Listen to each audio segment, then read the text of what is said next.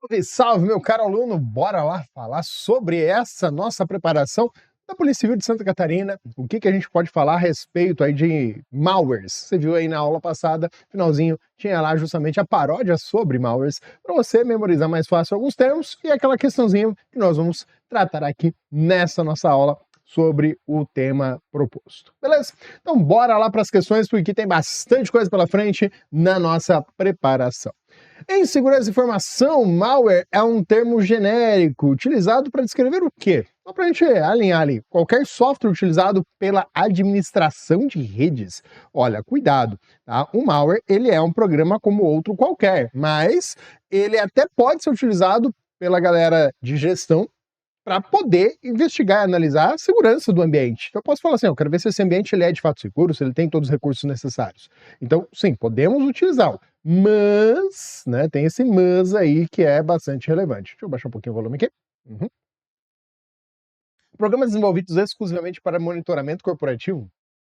Exclusivamente, ó, palavrinha que é bem comum aí nas provas da IDECAN você encontrar que, na maioria das vezes, já está indicando que aquela alternativa está errada.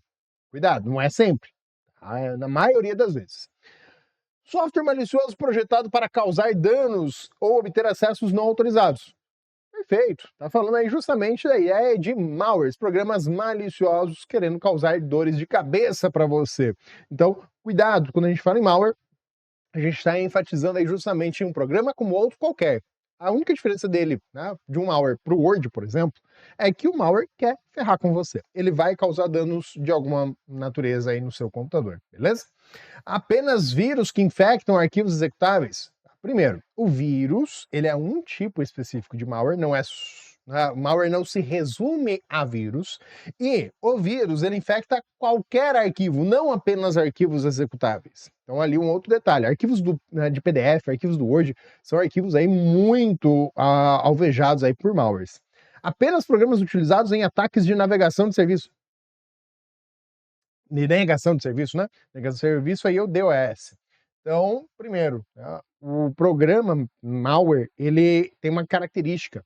O que difere dentro do universo de pragas virtuais, um malware de outras situações, é o fato do malware ser o cara que entra no seu computador e será instalado. De alguma maneira ele vai estar colocado dentro do seu computador, seja a sua existência própria, no caso de worms, seja o vírus entrando em arquivos que já existam no seu computador, o malware ele estará ali.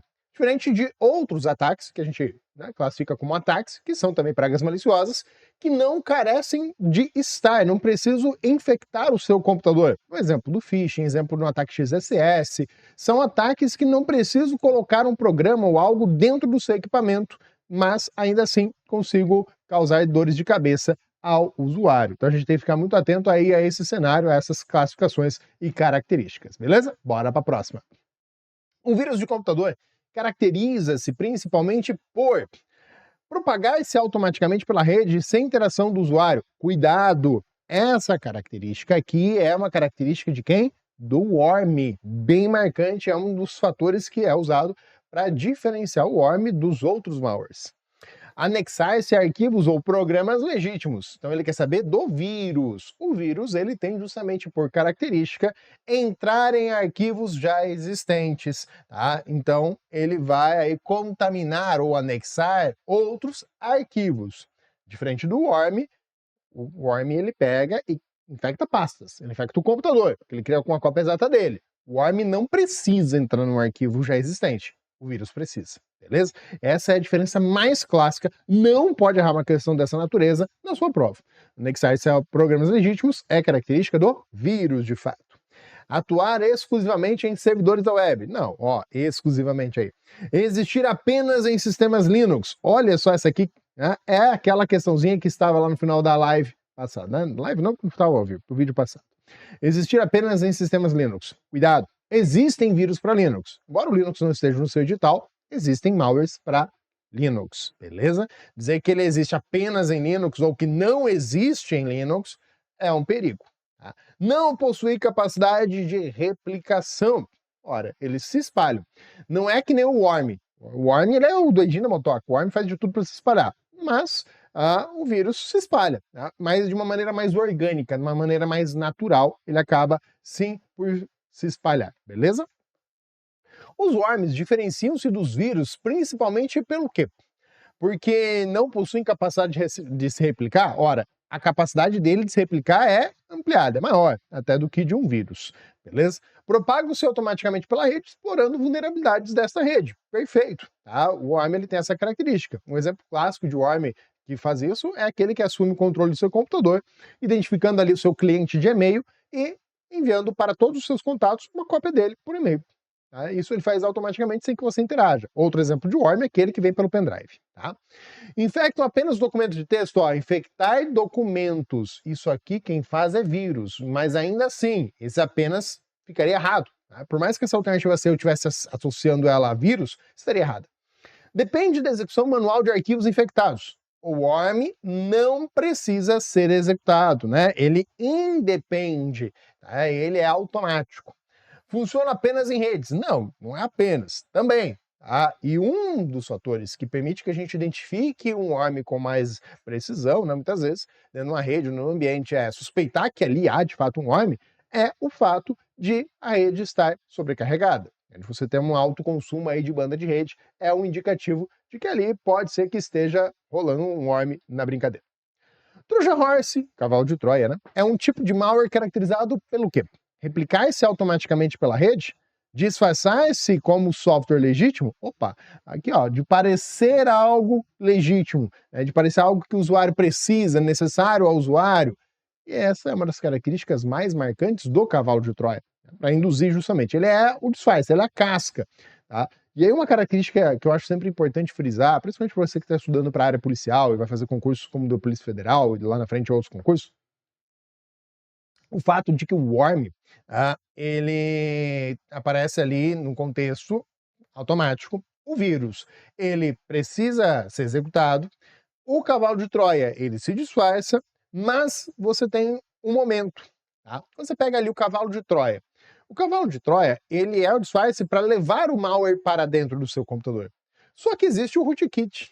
O rootkit é um malware que já vai estar lá e eu preciso garantir que ele permaneça lá. Ou seja, o rootkit ele disfarça o que já está dentro do computador, enquanto que o cavalo de Troia é para levar para dentro do computador. Entendeu a maldade? Tá, então esses pontos, né, principalmente aí worm, vírus, cavalo de Troia e rootkit, estão sendo bastante explorados aí nas provas, então fica atento a isso. Então, disfarçar isso como legítimo é uma das características mais marcantes aí do cavalo de Troia. Atuar apenas em sistemas de e-mail, apenas aí, né? Não. Destruir automaticamente todos os arquivos. Bom, o cavalo de Troia, ele contém outros malwares. E dentro do cavalo de Troia, pode existir um malware que faça isso, mas é um pode, tá? E não é algo que é uma regra, né? Todo cavalo de Troia vai fazer isso. Não, existem variações demasiadas, tá? Funcionar apenas em dispositivos móveis. Cuidado, também funciona. Você também aí pode ter malwares, vírus, worm, cavalo de Troia e tudo mais, que ataquem o seu dispositivo celular. Android e o iOS são aí sistemas muito alvejados. Um pela quantidade de usuários, outro pelo perfil de usuário. Então são situações aí bastante interessantes, tá? Ransomware é um tipo de malware que, cara, o ransomware é figurinha marcada, né? Importante frisar aí, principalmente quando você for fazer uma prova do Sebrasp lá na frente, é que para o Sebrasp o ransomware, ele é um worm, tá? Então é importante a gente marcar bem essa figurinha aí. Monitora o comportamento do usuário na internet. Bom, a ideia de monitorar o comportamento do usuário pode estar associada a várias situações, ao próprio spyware, à própria questão do hardware, né, pontualmente, pode estar associada ao uso dos cookies, então é muito vaga essa frase, beleza? Bloqueia ou criptografa dados e exige pagamento. Tá? A ideia de para liberação é justamente a expressão ransom, que vem justamente de resgate. Então, quando você trata a estrutura aí de um ransomware, você está falando de um malware que exige um resgate. Agora, cuidado, tá? Porque existe a exfiltração de dados. São aqueles malwares que entram no seu computador e retiram, copiam esses dados. O ransomware, na sua essência, ele mantém os dados no seu computador. Ele só tranca eles. Você não consegue mais acessar. Você precisa pagar para receber a senha lá, talvez, para poder acessar novamente seus arquivos. Já a extrafiltração de dados, né, ou exfiltração de dados, onde que alguém vai expor esses dados, é outra situação, tá? Então cuidado com isso daí. É maldade chegar e colocar na prova nomes, mas você tem aí nomes que já apareceram, o WannaCry, o Petya, o Loki, que inclusive teve uma operação internacional que prendeu a galera lá da Lockbit, que era a responsável por esse carinha, lá na Ucrânia, Polônia, foi ali naquela região ali da Europa, que pegaram a galera, porque um deles era ucraniano, né? O pai dele também foi preso, o irmão de um, não lembro qual dos, o tio foi também, mas foi pego uma galera que eram os responsáveis que tinham, né, faturado algum dinheirinho aí, alguns milhões, aplicando golpes, né, com ransomwares. Então, a exigência aí de rastreamento. Ah, mas era com criptomoedas e tudo mais, dá para rastrear? Sim, essa é a sua função. É por isso que eles querem que você saiba desses conceitos para entrar na Polícia Civil também, na Polícia Federal. Porque você vai atuar cada vez mais em cenários como este, onde você precisa entender que, por mais que o cara usou um Tor, não é impossível rastrear, dá trabalho. Ah, o cara usou lá criptomoedas. Não é impossível de rastrear, dá trabalho. E é isso que você vai ter que fazer, este trabalho. Então, por isso eles pedem esse conhecimento. Bloqueia ou criptografa dados, existe pagamento, é a nossa queridinha. Replica-se automaticamente pela rede. Bom, isso aqui é uma característica, né, do worm. Aí vem o ponto inicial. O professor falou que o ransomware é um worm, beleza. Se não for dito a essência, aqui a gente fala de carga útil, né, a definição essencial do malware, que é criptografar e exigir um pagamento normalmente em criptomoedas, se não tivesse isso, né, nada relacionado a ele, e a única sobra fosse falar, ele se replica automaticamente pela rede, aí sim você marcaria ela. Lembra que o seu objetivo não é ser o certo, não é ter a razão na prova, é assinalar o gabarito que a banca vai pontuar como correto e ganhar o ponto, beleza? Altera configurações do navegador apenas? Não, tá? Isso aí pode ser associado, né? E nem colocaria ser apenas, tá? Poderia ser associado a um hijacker, por exemplo. Um hijacker ele poderia ser colocado nessa situação. Remove automaticamente o software antivírus. Pô, remover o antivírus? Não tem nenhum malware que apresenta essa característica de forma explícita, né, convencionalmente cobrada em prova. Pode existir, sim, mas ainda não explorado abertamente em provas de concursos, beleza? Cuidado com isso. Spyware é um tipo de software malicioso utilizado para... Para que é usado o spyware, né? Aumentar o desempenho do sistema? Bom se fosse, né? Proteger arquivos contra ataques externos, impedir acesso remoto ao sistema ou coletar informações do usuário sem o seu consentimento, né? O conhecimento. Coletar informações do usuário, né? Criptografar dados automaticamente? Também não, tá? O foco aí dos spywares são capturar dados em tempo de produção. Cuidado aí, porque você tem a ideia de extrafiltração, que é buscar o que já está no seu computador. O spyware, ele está olhando o que está no momento. Você infectou, a partir daquele momento que eu infectei, tudo que o usuário estiver digitando, clicando, eu vou estar capturando. Não necessariamente, mas é a partir daquele momento. Por quê? Porque eu posso criar gatilhos e falar assim, olha, na hora que o cara acessar site X, na hora que ele abrir programa Y, aí a gente começa a gravar e monitorar o que ele está fazendo. Do contrário, não é o nosso interesse. Então essa é a ideia do spyware. Phishing, diferente. O phishing eu vou mandar para você normalmente um link, né, de alguma maneira levar você a um site ou te apresentar um e-mail que se parece verdadeiro, induzindo você a me fornecer diretamente. E aí que está o grande ponto. Se a gente for pegar a legislação fria, né, brasileira, ela fala a respeito do spyware porque ele vai contaminar, ele vai fazer uma invasão do seu dispositivo, mas do phishing não. Porque o phishing, o usuário forneceu por livre e espontânea vontade os dados, embora seja induzido. E aí vem o direito correlato, né, que vai dizer para você, olha, isso aí é similar a um golpe, né, de enganação, é similar a um estelionato. Então eles vão enquadrar naquela dinâmica do estelionato, mas entenda a diferença, beleza? Cuidado para não cair na pegadinha. Então criptografar dados automaticamente, não tem a ver com isso aqui. Firewall é um mecanismo de segurança utilizado para quê? Eliminar vírus automaticamente? Firewall elimina? Não. Tá? Alguns firewalls podem ser dotados de antivírus. O exemplo proxy, que é um firewall de conteúdo, ele pode ter lá seu antivírus e na hora que o usuário da rede tentar baixar um arquivo, ele bloquear esse arquivo e apagar esse arquivo, não deixando chegar ao usuário. Até pode acontecer. Mas não é a regra. Tá? Aumentar a velocidade da internet. Também posso usar o proxy, tá, para isso, mas não da internet necessariamente, qualquer uma internet entre aspas, da conexão. Então tem minha rede aqui, meus usuários, e eu quero melhorar o acesso a conteúdos recorrentes da minha rede. Então o proxy ele pode ser usado para isso, tá? Ele torna mais fluido. e também você tem o proxy reverso, que é para atender melhor aos clientes. Então, veja que não é uma frase completamente perdida, tá? Armazenar backups de dados, nada a ver. Aí já forçou demais. Criptografar dados, todos os arquivos do sistema, também nada a ver. Controlar o tráfego de rede com base em regras de segurança. E boa parte dessas regras também são conhecidas como protocolos. Tá? São as regras que vão ser empregadas ali para que o firewall possa avaliar se pode ou não trafegar na rede aquele pacote. Ele vai permitir ou negar o trânsito desse pacote. Importante lembrar que o firewall ele pode aparecer para você na prova como sendo um software ou um hardware. Tá? Então fala, firewall é um software, tá certo. Firewall é um hardware, tá certo.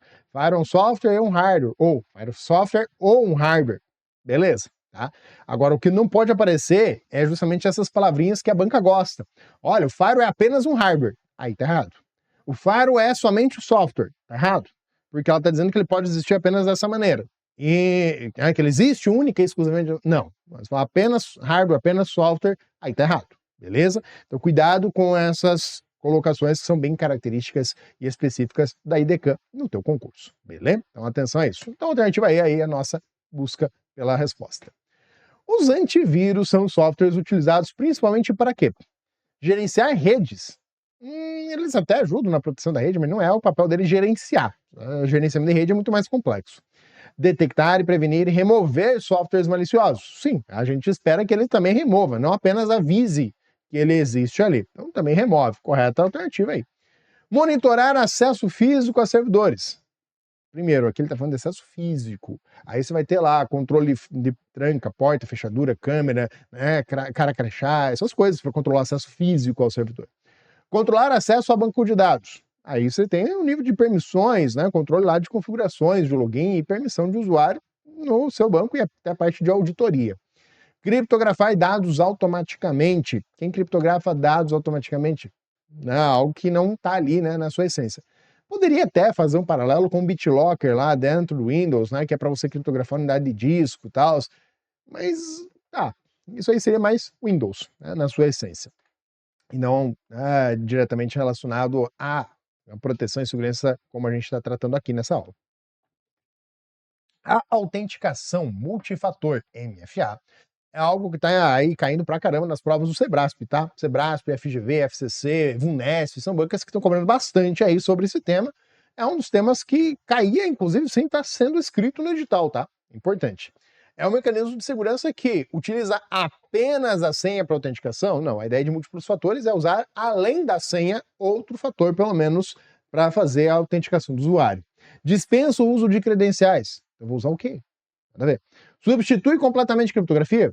Nada a ver. Utiliza múltiplos fatores de verificação para validar a identidade do usuário. De fato, eu vou usar ali algo que o usuário saiba, a senha, algo que o usuário possui, o código de uso único, também conhecido como token. Vou utilizar ali estruturas de, sei lá, localização, né, dispositivos autorizados, vou utilizar algo que o usuário, né, vou perguntar ali alguma informação adicional. Então, você tem ali várias formas, além de algo que o usuário saiba, algo que o usuário possui, algo que o usuário é. E, normalmente, o algo que o usuário é, a biometria, ela acaba sendo empregada para facilitar a vida do usuário ao invés de ter que digitar senha. Mas normalmente a biometria ela está no lado do cliente. Por exemplo, no Windows, eu tenho ali um leitor de biometria no Windows, seja por câmera, seja por digital, por exemplo, só para que o Windows valide e ele é quem vai colocar a senha. Ou um código de segurança, agora está como as chaves de acesso, né? Então, ele que vai colocar essa informação lá. Então, é só para não ter que ficar digitando. É só para facilitar esse processo que é mais empregado. Mesma coisa aplicativo de banco. Pegar ali um aplicativo do banco do celular. É só para você não digitar a senha, que nem a senha é. Às vezes é só o padrão ali que você definiu no celular. Em vez de ter que fazer isso, você coloca lá digital ou a face. Mas aí é o celular que pega a biometria e a face, e aí ele valida enviando a senha lá para o aplicativo. Então há essa sutileza. Funciona apenas em redes corporativas? Não, autenticação múltiplo fator, já dei aí vários exemplos onde que ele se aplica em outros cenários, né, em outros contextos. Entre os princípios fundamentais da segurança da informação, destaca-se o chamado tríade CIA. Cuidado, tá? Porque é muito comum as provas não fazerem a devida alusão ao termo. Porque quando a gente fala CIA, a gente está falando de um termo em inglês. Tá? Essa sigla que ele traz aqui é referência aos 3 pilares da segurança da informação em inglês. Então ele está falando de quem? Da confidencialidade, da integridade e da availability, né? Que seria justamente a disponibilidade. Tá?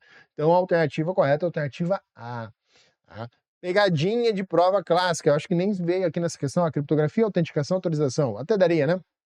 Para pensar, não. Monitoramento, controle, auditoria, acesso, controle de segurança, detecção, prevenção e resposta. Não. A pegadinha mais maldosa é dizer que o A é de autenticidade. E não é. Beleza? Então, a tríade, os pilares da segurança da informação, os 3 ali que sustentam é confidencialidade, integridade e disponibilidade.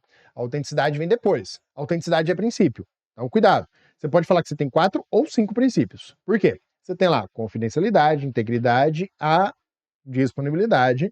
A autenticidade amarra junto com ela a autenticidade e o não repúdio. Tá? Então, o não repúdio é consequência de você ter a autenticidade. Tá bom? Então, só tem o não repúdio se tiver autenticidade, senão não tem. Mas eu posso citar 5 princípios? Não, somente 4 princípios também é válido. Agora, cuidado.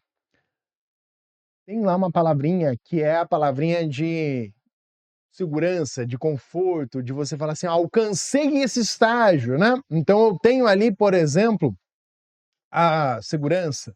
Então quer dizer que alcançou esse estágio. Confiabilidade. Bom, confiabilidade, ela em regra não é um princípio, mas em prova de múltipla escolha você tem ali, né, a margem das alternativas.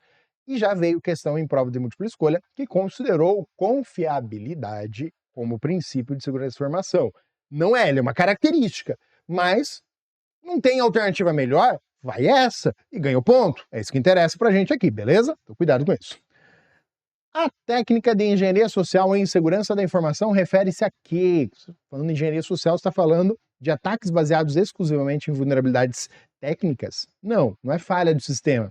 Tá? Quando a gente fala em engenharia social, o social a gente está falando aí justamente de falhas, né, no comportamento das pessoas. Né? Então, falhas das pessoas. Não necessariamente falhas, tá? É comportamento, é induzir a pessoa, é conhecer o ser humano, estudar o ser humano e usar ali a parte de argumentação e tudo mais. Você tem várias obras aí que falam justamente nisso, a própria persuasão, o próprio marketing, ele estuda e busca explorar esses gatilhos mentais, tá? O maior gatilho mental do medo. Ataques baseados em exclusivamente vulnerabilidades técnicas, então torna errado. Uma manipulação psicológica de pessoas para obter informações ou acessos indevidos. Correto. Exploração de falhas em protocolos de rede. Não, isso aí é falha técnica, tá? É de recurso. Aí normalmente a gente estuda o protocolo, busca ali encontrar suas falhas e defeitos. Ataques realizados exclusivamente por malwares. Interceptação de tráfego criptografado. Não, isso aí são outras situações. Ataque realizado por malware é ataque, não dá para falar muita coisa, né? Pragas virtuais. Interceptação de tráfego, aí seria 2 situações ou, né, um sniffer que está monitorando, ou um ataque do homem do meio, quando há, né, justamente a interrupção da comunicação para repassar dados modificados ou somente o que for de interesse. Então, quando há essa interrupção na comunicação, ataque do homem do meio. Quando é só passivo, que eu só monitoro, é o sniffer. Tá? O sniffer é aquela ideia de ficar escutando a rede. Então, ali só acompanhando o que estão falando, sobre o que estão falando para ter esses dados. Então, cuidado. Ataque conhecido como phishing consiste em quê? O phishing, ele pode, tá? Na pior hipótese, se não tiver outra opção, você pode dizer que o phishing, ele é um malware. CESP faz isso, tá? Em questão de certo e errado. Então, cuidado. Prova de escolha, você tem a margem. Você olhou para as alternativas e não tem alternativa ali correta.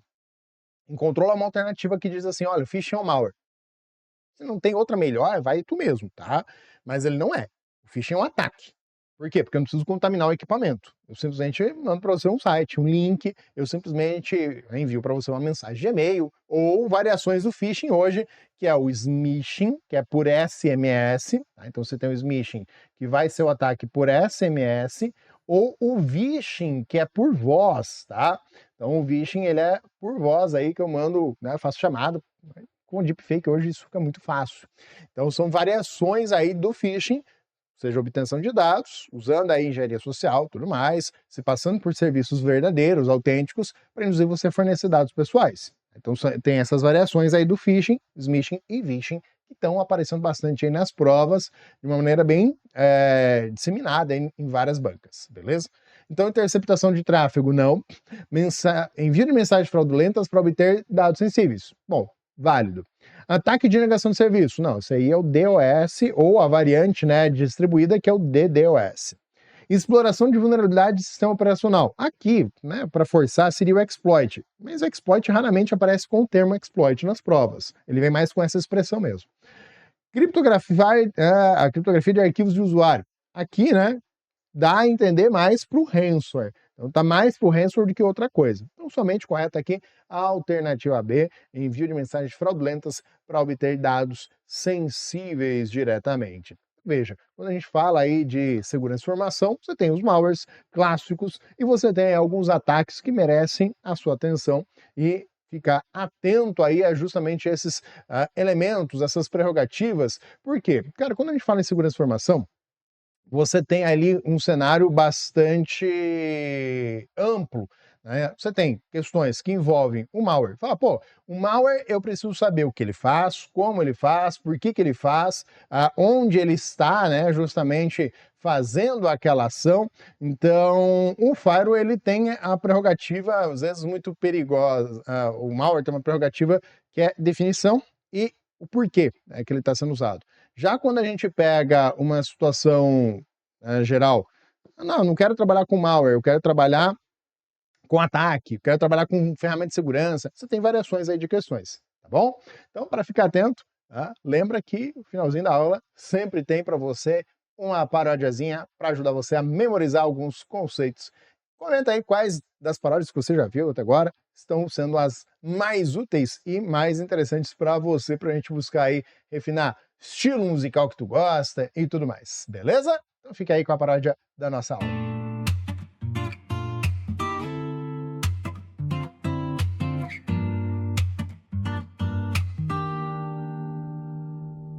Clica aqui, baixa ali, tudo fácil, tudo igual.